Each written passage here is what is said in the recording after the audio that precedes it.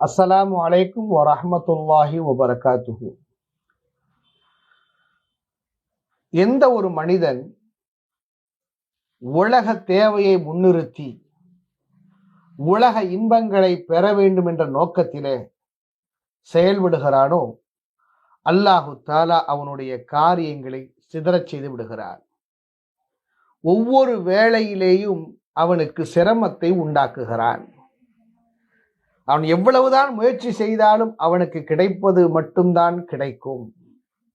ஆனால் எவன் ஒருவன் மறுமையை அடைய வேண்டும், மரணத்திற்கு பிறகு உண்டான வாழ்க்கையில் வெற்றி பெற வேண்டும் என்ற நோக்கத்தில் செயல்படுகிறானோ, அல்லாஹு தஆலா அவனுடைய காரியங்களை இலகுவாக ஆக்கிவிடுகிறார்.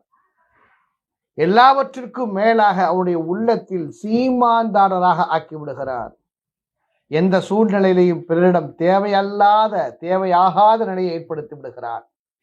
உலகம் அவனிடத்தில் வந்து சேர்ந்து விடுகிறது.